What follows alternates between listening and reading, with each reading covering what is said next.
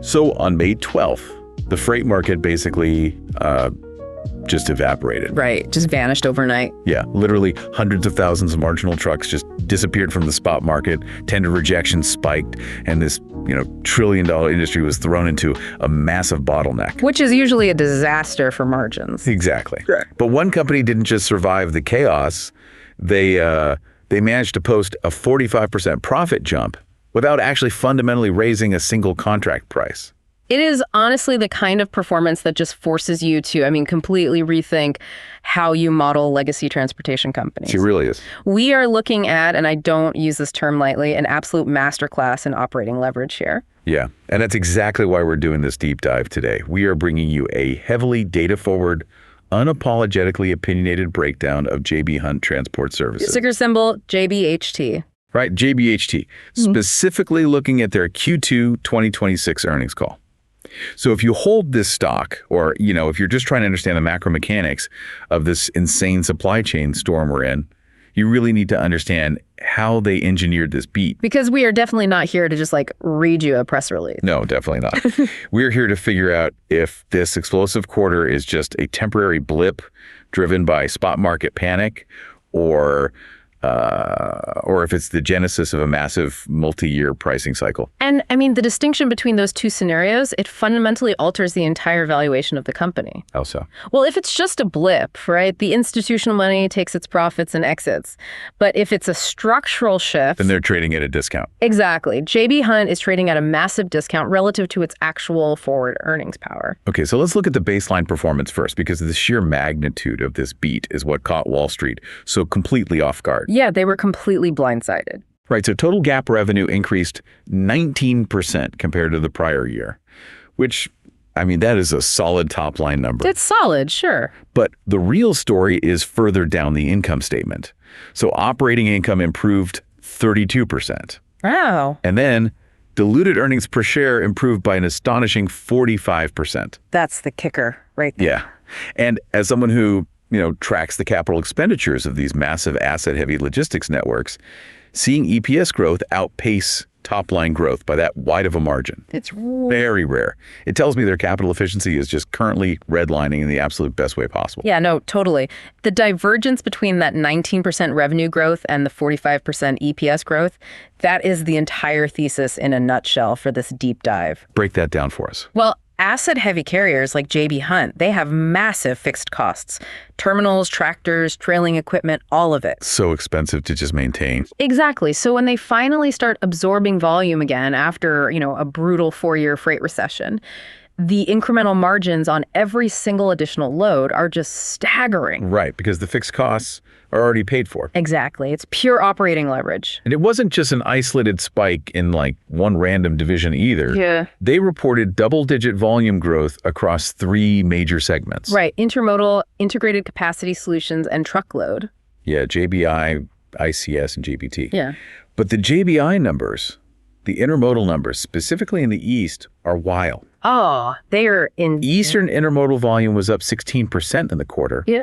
And then, on a 2-year stacked basis, it was up 31%. And that 2-year stacked metric, that is exactly what you want to focus on there. Why is that one so important to look at? Because management uses that 2-year stack to sort of smooth out the noise of abnormal annual comparisons, Oh, I see. Yeah, so posting a 31% 2-year stack, it proves this isn't just some dead cat bounce from a super weak 2025. Right, it's actual real growth. Exactly. It indicates a sustained structural migration of freight back into their network. Meanwhile, the transcon business, so the transcontinental long-haul stuff, that was up 5%. Which is stable. It's fine. Yeah, it's stable, but the East Coast network is clearly where the explosive share taking is actually happening right now. Without a doubt. We also saw a 35% revenue increase in ICS, which is their brokerage division. Right. Now, I know brokerage is typically a lot lower margin and highly sensitive to spot rates, but it looks like they effectively use that division to capture the overflow from the tightening market. Yeah, and to basically offset margin pressures elsewhere in the business. Exactly. But before we dig into the actual operational mechanics of all this, I have to bring up this outlier data point from Nick Hobbs, their COO. Oh, yeah, the quote. Yeah, he dropped this staggering comment on the call. He literally said, quote, "We have gained $1.2 trillion as of 12 May, In order to deliver the first quarter, we have only raised $41.4 million in the first quarter. I mean, when you hear executives throwing around trillion-dollar figures, it just forces a perspective shift. It really does. Trillion with a T. Right. They are talking about addressable market capitalization and freight spend. The U.S. freight economy is just so impossibly vast. It's hard to even wrap your head around. It is. And when a mega carrier like J.B. Hunt flexes its balance sheet, they can capture astronomical market value while deploying what is relatively a microscopic amount of fresh capital. Just over 41 million in this case. Exactly. It's just a massive testament to the infrastructure they've already built over the last decade. So they don't have to dilute shareholders to fund this current growth spurt. No, not at all. The plumbing is already in place. Okay, but that capital efficiency is exactly what I want to challenge here, though. Okay, let's do it. Because on the surface, a 45% EPS pop implies everything went perfectly, like flawlessly. Sure, it looks that way. But it didn't. Brad Hicks specifically mentioned on the call that fuel was close to a 100 basis point headwind to the dedicated contract services, or DCS, operating margin percentage. Yeah, the fuel drag is a persistent, undeniable reality in surface transportation. Right. Diesel prices are volatile and they're mostly out of their control. Absolutely out of their control. So here's my issue with this. In most industries, if a massive core input cost spikes, your margins get crushed. Usually, yeah. Like, think about it this way. If I run a pizza shop. Okay, I like pizza. Right. So if I run a pizza shop and my cheese costs suddenly skyrocket by 20%, my margin on those pizzas evaporates because the menu price is already locked in. That makes sense, yeah. So J.B. Hunt is running these dedicated multi-year contracts. They just flat out admitted their quote unquote cheese. So diesel fuel was a severe drag on the DCS division. 100 basis point drag, yeah. Yet overall, EPS still jumped 45%. The math implies they didn't just rely on fuel surcharges to pass the buck to the customer. They had to have fundamentally altered their operating baseline to absorb a hit like that. Am I wrong? You are not wrong at all. That is the exact mechanism we need to unpack right now. Tell me how they did it. So they didn't just pass the cost along. They completely re-engineered the cost structure of the network itself. Management removed $135 million in structural costs from the company over the past year. Okay, wait. Structural costs aren't variable costs, though. No, they are not. You don't just cut $135 million in structural costs by parking a few empty trucks. That requires ripping out the floorboard. It requires absolute algorithmic precision. What do you mean by that? Well, when we talk about removing structural costs in logistics at this scale, we are talking about automating back office freight matching. Oh, okay. We are talking about aggressively reducing empty miles, what the industry calls deadhead, and optimizing asset utilization through advanced telemetry. So they essentially lowered the absolute baseline required to just turn a profit. Exactly. So even when fuel creates that 100 basis point drag in DCS, the enterprise as a whole absorbs it easily. Because the overhead burden is just drastically lighter than it was in 2024. Precisely. They are doing more with much, much less. The telemetry angle is fascinating to me, especially when you look at the safety metrics they reported. Oh, the safety data is incredible. Yeah, Nick Hobbs noted that DOT preventable accidents per million miles improved by 11%. Compared to the prior year. Which is huge. Right. And in a vacuum, I mean, 11% sounds nice. But in the current insurance environment. It's survival. Exactly. Where you have these nuclear verdicts lawsuits exceeding $10 million that are actively bankrupting mid-sized trucking companies. Every single week, it seems like. Yeah. So safety is no longer just like some HR initiative. It is a critical core financial lever. Honestly, I would argue it is their most underappreciated financial lever right now. Really? More than the structural cost cuts? Well, they tie together. The insurance market for commercial auto is historically hard right now. Premiums for marginal carriers are just skyrocketing out of control. Right. By improving preventable accidents by 11%, J.B. Hunt is directly suppressing their casualty and liability expenses. And how are they actually achieving that? Just better training? No, it's heavy capital investment inside the cab itself. We are talking inward and outward facing Linux cameras. Oh, wow. Yeah, predictive braking, speed limiters, and these incredibly rigid hiring algorithms that filter out risky drivers before they ever even touch a steering wheel. So it's the ultimate paradox, really. How so? Well, they spend tens of millions on safety technology up front. which looks like this massive capital expenditure on the balance sheet. Right. But it actually yields hundreds of millions in preserved operating income down the line by simply avoiding litigation and out-of-service equipment. It's addition by subtraction. And speaking of which, it's not just about cutting costs. They're also aggressively pruning their revenue tree. Pruning the revenue tree. I like that. You mean the final mile stuff. Exactly. In their final mile services segment, FMS, they willingly accepted a $90 million revenue headwind. I mean, the final mile division is notoriously difficult to begin with, right? It is brutal. This is the segment delivering bulky items like appliances, furniture, treadmills directly into consumers' homes. Right. They are literally walking into your living room. The liability there has to be massive.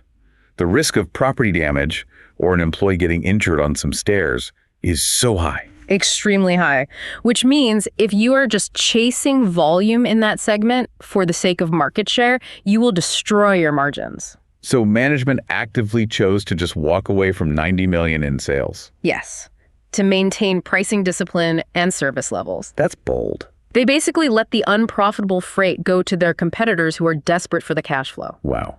And to a casual observer, rejecting $90 million looks like a failure of growth. Oh, absolutely. But to anyone who actually understands operating leverage, shedding negative margin freight is, like you said, addition by subtraction. It is the ultimate flex of a healthy balance sheet. Yeah, because a struggling carrier cannot afford to just walk away from $90 million in cash flow. Exactly. Right. Even if it's unprofitable, they need that liquidity just to make payroll and service their debt. Right. But J.B. Hunt has the luxury of just saying no. They park the trucks rather than run them at a loss. So, okay, we've established the internal fortress here. Yes, the internal execution is flawless. They've slashed structural costs, they fortified their safety metrics to avoid those nuclear verdicts, and they shed toxic revenue. Right. But internal discipline alone doesn't generate double-digit volume growth. No, it doesn't. We have to look at the external market dynamics. And on the call, Shelley Simpson and Spencer Frazier outlined this violent tightening in the market. Yes, the freight market flip. They specifically pinned the inflection point to the annual DOT road check event in early May. Which is always a chaotic time for the industry. For those who don't know, what exactly is the road check? So the annual road check is this coordinated 72-hour enforcement blitz across all of North America. Okay. Inspectors basically flood the way stations and they pull over tens of thousands of commercial vehicles to check for mechanical safety and driver logbook compliance. And historically, a lot of smaller marginal carriers, the owner-operators running older equipment, they just park their trucks for those 3 days. Right. Because they just can't afford the fines or the out-of-service violations if they get caught. That is the traditional pattern, yeah. Capacity vanishes for 3 days, spot rates spike a bit, and then all the trucks come back online the following week. But that didn't happen this year. No, it did not. This year, a massive swath of that capacity simply didn't return. Just gone. Gone. The market tightened in early May, and it just stayed tight. And that's because the underlying economics for the small operator had fundamentally broken down over the last few years, right? Exactly. They were operating on these razor-thin margins for 4 years of a terrible freight recession. So when the DOT blitz hit and they were forced to suddenly pay for new brakes or new tires or face massive compliance fines, the math just stopped working for them. They surrendered their operating authority. Yep. They went to work for private fleets or they just left the industry entirely. Which is wild. And the transcript noted that tender rejections, spot pricing, and driver employment levels reached these chaotic thresholds not seen since 2021 and 2022. And we really need to talk about tender rejections because that is the absolute heartbeat of the spot market. Explain that for the listener. How does a tender rejection actually work? Okay, so imagine a major shipper, like a massive big box retailer. Okay. They offer a load to a contracted carrier at a pre-negotiated rate, and that carrier rejects the tender. They just say no. Exactly. It sends a massive signal to the market because it means the carrier is looking at the spot board and realizing, wait, I can make 30% more taking a one-off load right now than by honoring this contract. So when tender rejections break into the double digits, pricing power violently shifts away from the shipper and right back to the carrier. Okay, so that's the immediate spot market dynamic. But there's this other macroeconomic twist that the hosts on the call kept hammering, which is regulatory pressures. Oh, this is the big one. Yeah, they specifically named the quote-unquote Montgomery decision as a primary catalyst forcing shippers to migrate their freight. The Montgomery decision is the bogeyman keeping supply chain executives awake at night right now. The legal landscape has just fundamentally altered how supply chains operate. Break down the Montgomery decision for us. It centers entirely around this concept of negligent hiring and broker liability. Yeah. So for decades, if a shipper hired a freight broker and that broker dispatched some independent trucker who then caused a catastrophic accident, Right. the broker and the shipper were largely shielded from liability. The trucker took the fall. But the plaintiffs bar evolved, right? Ah. They started utilizing what they call reptile theory in litigation. Exactly. Targeting the deep pockets of the shippers and the massive brokers. And the Montgomery decision basically weakened that historical legal firewall. Yes. It established that if a broker fails to thoroughly vet the safety record of the carrier they hire, the broker, and by extension the actual shipper, can be held liable for negligent hiring. The ripple effect of that legal precedent just cannot be overstated. It changes everything. I mean, a Fortune 500 retailer simply cannot risk a $50 million nuclear verdict just because some small third-party freight broker hired an unvetted owner-operator to save, what, a few bucks on a lane. Exactly. The legal risk completely dwarfs whatever transportation savings they might get. So as a result, we see this massive flight to safety. Shippers are aggressively ripping their freight away from fragmented mom-and-pop brokers. Yep, and awarding it to massive, hyper-compliant, heavily capitalized platforms. Like J.B. Hunt. Exactly. They're basically buying the legal shield that J.B. Hunt provides. And J.B. Hunt is absorbing that fleeing volume, particularly in their intermodal segment, JBI. Yes, let's dissect this intermodal boom because it is fascinating. The transcript highlighted a massive wave of road-to-rail conversion. Right. As truckload capacity tightened and highway rates surged post-May 12th, shipping goods 2,000 miles over the road just became prohibitively expensive. Shippers are literally forced to move that freight onto the rail network just to protect their own margins. And J.B. Hunt is uniquely positioned to catch all of this because of their mode-neutral approach. Mode neutrality is their distinct competitive advantage. What does that actually look like in practice? It means they don't have to convince a shipper to use a truck over a train or vice versa. Okay. They simply analyze the customer's routing guide and place the freight on the absolute most efficient mode within their own ecosystem. Oh, that's smart. But the true genius of their intermodal strategy isn't just their relationship with the big Class I railroads. What is it then? It's their absolute dominance over drayage. Ah, the drayage bottleneck. This is where intermodal networks usually just completely fall apart. Oh. Because drayage is the critical first and last mile of a rail shipment. Right. Like a locomotive can seamlessly move 250 containers from Los Angeles to Chicago in a few days. Easy. But the train doesn't pull up to the loading dock of the regional distribution center. It stops at the rail ramp. Exactly. So drayage is that short 30 to 50 mile truck trip that moves the container from the rail ramp to the final warehouse. And it sounds incredibly straightforward, right? It does. Just a short drive. But it is notoriously the most fractured, chaotic, and unreliable segment of the entire global supply chain. Because most intermodal providers rely on third-party drayage contractors and these heavily fragmented chassis pools. Yes. And a chassis is just the wheeled frame that the shipping container actually sits on. Right, you need a chassis to move the box. So in a typical setup, a third-party driver shows up at the rail yard, wastes like 3 hours trying to find a roadworthy chassis from a shared pool, finally mounts the container, and then just sits in city traffic. It is a miserable job. Truly miserable. So when the broader driver market tightens, like it literally just did in May, those third-party drayage drivers just abandon the rail yards, Of course they do. They take higher paying, easier highway jobs. leaving thousands of containers just stranded at the rail ramps, racking up massive demurrage and detention fees. And the whole network gridlocks. But J.B. Hunt largely insulates themselves from this chaos through a really aggressive insourcing strategy. That is their moat. They own their own tractors, they own the containers. Yep. Crucially, they own their own private chassis fleet, so their drivers aren't fighting over broken equipment in some shared pool. Huge advantage. And most importantly, they employ company drivers to execute the drayage. It's a completely closed loop system. So when a shipper awards intermodal freight to J.B. Hunt, they aren't crossing their fingers hoping a third-party contractor actually shows up at the rail yard in Chicago. Right, they're getting end-to-end operational control. And in a tight capacity market, that reliability commands an absolute premium. Oh, absolutely. However, the speed of this market flip introduces a pretty massive operational risk, don't you think? What do you mean? Well, management mentioned they are seeing a record number of quote-unquote out-of-cycle or mini bids. Right. They explicitly stated that pricing negotiated just a few months ago is already obsolete. The traditional 12-month annual routing guide is dead. The market is just too volatile right now. But doesn't that volatility cut both ways? How so? If annual contracts are tearing at the seams, and J.B. Hunt is constantly repricing on 30 to 90-day mini bids to capture the spot market surge, Yeah. what happens if the pendulum violently swings back?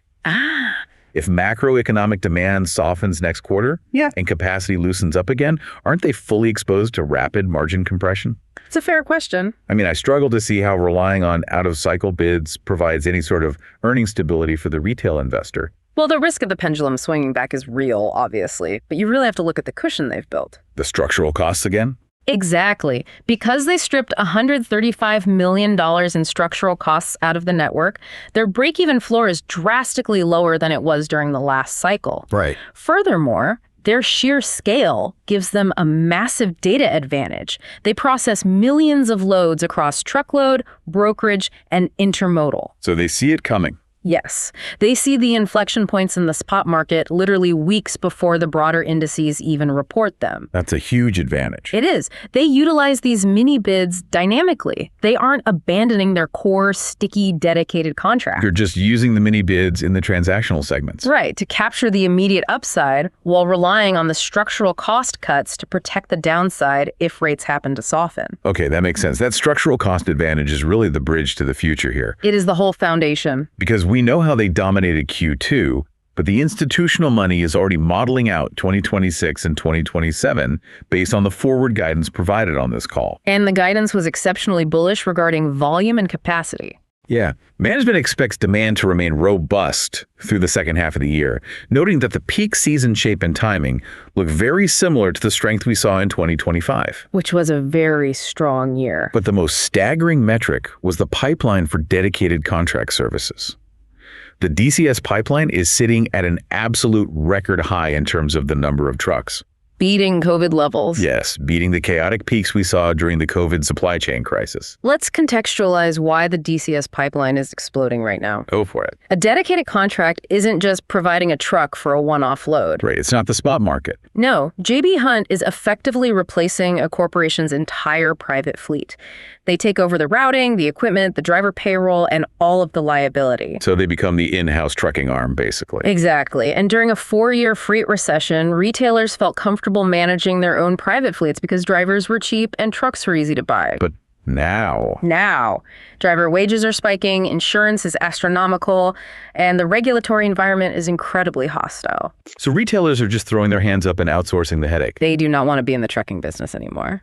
And J.B. Hunt announced plans to sell 1,000 to 1,200 new trucks for the full year, specifically to service this dedicated demand. Yes. But while DCS requires massive upfront capital for new trucks, the intermodal segment is really where the real operating leverage sits, right? Oh, absolutely. Management noted that intermodal container utilization is hitting 90%. Which is fantastic. That means 90% of their massive multi-billion-dollar container fleet is actively moving freight and generating cash right now. But the critical piece of guidance was the remaining 10%. The excess capacity. Exactly. They have a 10% excess capacity cushion still available. Meaning they don't have to buy more boxes. Right. They do not need to issue debt or spend massive amounts of cash to buy new containers to accommodate the next 10% of volume growth. The equipment is literally already sitting in the yard. Fully depreciated or already financed. So every new load that goes into that excess capacity falls straight to the bottom line. It is pure profit margin expansion. Wow. Darren Field also highlighted a really nuanced operational metric on the call. The length of haul in intermodal has been below 1,500 miles for 2 consecutive quarters. Yes, I noticed that. At first glance, a shorter length of haul sounds like less revenue per trip, which sounds bad. Right. But mathematically, it's a massive catalyst for network velocity. Velocity is everything in a capital-intensive business like this. Explain why.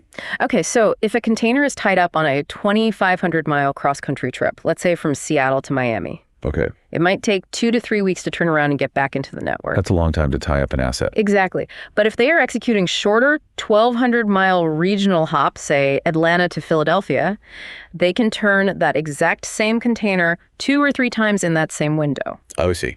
It drastically increases the total revenue generated per asset over a given quarter. Which brings us to the absolute core of the investment thesis here. Yeah. The main event. The defining variable that dictates whether J.B. Hunt is a hold or a screaming buy. The pricing catalyst. Yes. Management achieved these staggering margins and the 45% EPS pop without material contributions from price increases. This is the focal point of the entire earnings call for me. Why? Because the historical relationship between truckload pricing and intermodal pricing has just become completely distorted. How so? Traditionally, intermodal contract pricing lags behind truckload pricing, and intermodal usually operates at a rough 10 to 15% discount to over-the-road rates. Just to compensate for this slightly slower transit times of trains versus trucks. Exactly. But because truckload spot rates are currently surging due to all that capacity leaving the market we talked about. That gap has widened massively. Right. Intermodal currently looks incredibly cheap to a shipper. And consequently, shippers are flooding the rail network with volume. But J.B. Hunt hasn't aggressively raised their intermodal contract rates yet. No, they haven't. The stellar Q2 performance was driven by cost-cutting and volume absorption. The pricing lever remains untouched. Which is huge.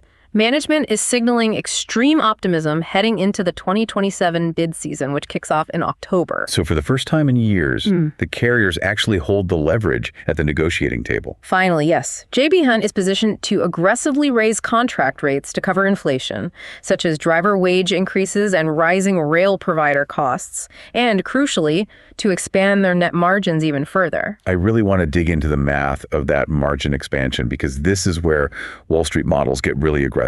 The operating leverage math. Exactly. We talked about how J.B. Hunt lowered their fixed structural costs by $135 million. Right. That is essentially permanently lowering the rent on a massive factory. Great analogy. The factory's already paid for, the lights are on, and the staff is salaried. So when they enter the 2027 bid season and push contract prices up by, let's just hypothesize, 5 to 8%, that incremental revenue doesn't require a corresponding increase in overhead.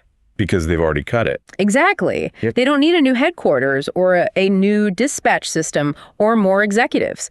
That 5% top-line price increase bypasses all those operational expenses and flows almost entirely to the operating income line. The profit margins compound exponentially. That is the reward for ruthlessly cutting costs during a recession. When the cycle turns and prices rise, the structural efficiency acts as a multiplier on earnings. It's beautiful to watch. And I have to push back on the immediate timeline here. Okay, push back. I'm looking at Brad Hicks's comments regarding the dedicated segment. He explicitly warned investors to expect, quote, only modest operating income growth for 2026 in DCS. Well, the startup costs for DCS are notoriously heavy. Exactly. He said starting up these record high new accounts is incredibly expensive. It is. Think about it like a major infrastructure project. Before you can collect tolls, you have to pour the concrete. In DCS, they have to buy specific branded equipment. They have to integrate complex routing software with the retailer's warehouse management system, pay massive sign-on bonuses to recruit drivers in a tight market, and run highly inefficiently for the first 90 days while they iron out the operational kinks. The implementation phase is definitely a massive drag on immediate margins. So as a retail investor, this looks like a trap. A trap. Yeah. Management is telling us they are front-loading all these massive capital expenditures and startup costs in 2026. Sure. They're paying the cover charge today, but the cash flow doesn't stabilize until next year. What happens if the macroeconomy enters a recession in early 2027? The recession risk. Right. J.B. Hunt will have deployed hundreds of millions of dollars starting up these dedicated fleets only for consumer demand to just crater. Aren't investors staring down the barrel of severe short-term margin compression with massive downside risk if the cycle stalls? It is a phenomenal question, and it really addresses the fundamental difference between trading a stock and investing in a company. Okay, tell me why. Yes. In the immediate 90 to 180-day window, the DCS startup costs will act as an anchor on operating margins. It is expensive to onboard 1,000 new trucks. Very expensive. But you have to understand the nature of a dedicated contract. Okay. These are not 30-day handshake agreements. These are highly complex, deeply integrated 3 to 5 year binding contracts with guaranteed minimum volumes and strict inflationary pass-throughs. So they're essentially utility contracts for freight. Exactly. J.B. Hunt is intentionally sacrificing a few points of margin in Q3 and Q4 of 2026 to lock in guaranteed high-margin, recession-resistant cash flow for 2027, 2028, and 2029. Because the switching costs are so high. Once a retailer integrates J.B. Hunt into their supply chain, the switching costs are astronomically high. They almost never leave. So it's a long-term play. Right. Okay. If you are a short-term day trader focused on the next quarterly print, yes, the startup costs might spook you. Sure. But if you have a time horizon longer than 6 months, these startup costs are the most bullish indicator possible. They are planting the seeds for a massive multi-year harvest. Which brings us to the ultimate synthesis of this deep dive. Let's bring it home. We've analyzed the historical beat, we've dissected the structural shifts in the external market, and we've modeled the forward guidance. What is the definitive stance on J.B. Hunt coming out of Q2 2026? The stance is aggressively bullish. Aggressively bullish. Without a doubt. This earnings call provided empirical evidence that J.B. Hunt did not waste the crisis. Right. They spent a grueling 4-year freight recession dismantling and rebuilding their entire cost structure. They maintained their operational talent, fortified their balance sheet, and pre-funded their multi-billion-dollar container capacity. Exactly. They engineered a 45% EPS explosion purely through internal cost discipline, safety metrics, and volume scale. Which is wild. And the fact that the ultimate catalyst pricing power hasn't even been deployed yet, it suggests their earnings ceiling is substantially higher than current Wall Street consensus. So if you are an investor looking at this space, the actionable takeaway here is to fundamentally recategorize J.B. Hunt in your portfolio. Yes. Do not evaluate them simply as a legacy trucking company exposed to cyclical spot rates. You really have to view them as a scale winner operating in an increasingly hostile, heavily regulated environment. The barriers to entry for safe, compliant, massive-scale surface transportation are rising every single day. Right. The Montgomery decision and the brutal insurance market are building this massive regulatory moat around the mega carriers. Shippers are terrified of liability and are consolidating their freight with platforms that can actually guarantee compliance and safety. J.B. Hunt is systematically swallowing market share because they represent a safe harbor in a deeply fractured industry. Exactly. However, a responsible thesis requires acknowledging the specific mechanisms that could actually break the model. Always look for the cracks. Right. So what are the operational landmines we need to actively monitor? I'd say the two primary risks are labor inflation and rail infrastructure bottlenecks. Let's start with labor. On the labor front, driver wage inflation is a severe threat.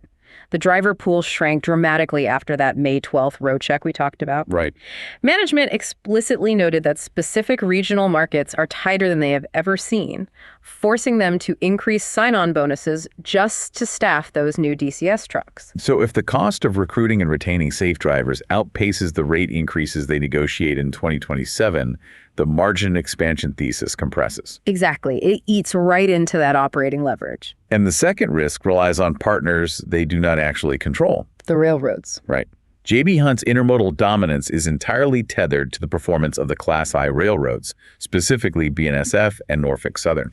Which introduces massive risk. Precision scheduled railroading PSR has stripped a lot of excess capacity out of the rail networks over the last decade. They run very lean. Extremely lean. So if J.B. Hunt is pouring double-digit volume growth into the rail network, and the railroads experience a labor strike, extreme weather, or just simple operational gridlock, the entire intermodal velocity thesis just shatters. Exactly. You can own the containers and the drayage all day long, but if the train is sitting on a siding in Nebraska for 4 days, you cannot recognize the revenue. Network fluidity is the absolute prerequisite for J.B. Hunt's success. It is the one thing they don't fully control. And that sets up exactly what investors need to track in the coming months. Yes, going into the back half of the year. When J.B. Hunt reports their Q3 and Q4 numbers, do not just look at top-line revenue. You need to isolate the intermodal segment JBI and specifically track the revenue per load metric. That is the key metric. If volume continues to hold, and revenue per load begins to inflect significantly upward, it provides empirical proof that they are successfully extracting rate increases from shippers. It will confirm that the 2027 margin expansion is officially underway. Revenue per load is the definitive scorecard for pricing power here. Without a doubt. Let's distill this into the 4 absolute foundational pillars you need to take away from this analysis. Let's hear them. Number 1, the raw capital efficiency demonstrated by generating a 45% EPS spike, while fuel acted as a 100 basis point headwind. Incredible efficiency. Number 2, the $135 million in structural systemic cost reductions and the 11% improvement in safety metrics that drastically lowered their enterprise break-even point. The internal fortress. Number 3, the regulatory-driven flight to safety spurred by the Montgomery decision and DOT enforcement, forcing a massive road-to-rail conversion that perfectly feeds J.B. Hunt's mode-neutral in-house drayage strategy. The external catalyst. And finally, number 4, the massive embedded upside of the 2027 bid season, where operating leverage will multiply modest contract rate increases into explosive bottom-line profitability. Those 4 pillars, they just map out a company that is uniquely positioned to dominate the transition from a historic freight recession into a sustained multi-year upcycle. Thank you for joining us for this extensive deep dive into J.B. Hunt. We prioritize the data because in a market defined by chaotic structural shifts, granular data and an understanding of the underlying mechanics are really your only edge. It is the only way to tune out the daily market noise and focus on the fundamental trajectory of the business. Absolutely. Now, before we sign off, there's one final larger implication from this transcript that extends far beyond a single ticker symbol. A big macro thought. Yeah. We spent a lot of time discussing how the regulatory environment, massive insurance premiums, and the legal terror of negligent hiring are forcing shippers to abandon small brokers and independent operators. The flight to safety. Right. The mom-and-pop truckers simply cannot afford the telemetry, the compliance overhead, or the liability coverage required to participate in the modern supply chain. They are being priced out of existence. We are watching the relentless consolidation of freight into the hands of a few massive hyper-capitalized mega carriers. If the cost of entry and survival continues to skyrocket, are we witnessing the permanent structural death of the independent American trucker? It's a sobering thought. And if the surface transportation market quietly morphs into an oligopoly where only 4 or 5 giants control all the capacity, what happens to the underlying cost of every single physical good we purchase? We all end up paying for it. It's definitely something to consider the next time you look at the price tag on a shelf. See you next time.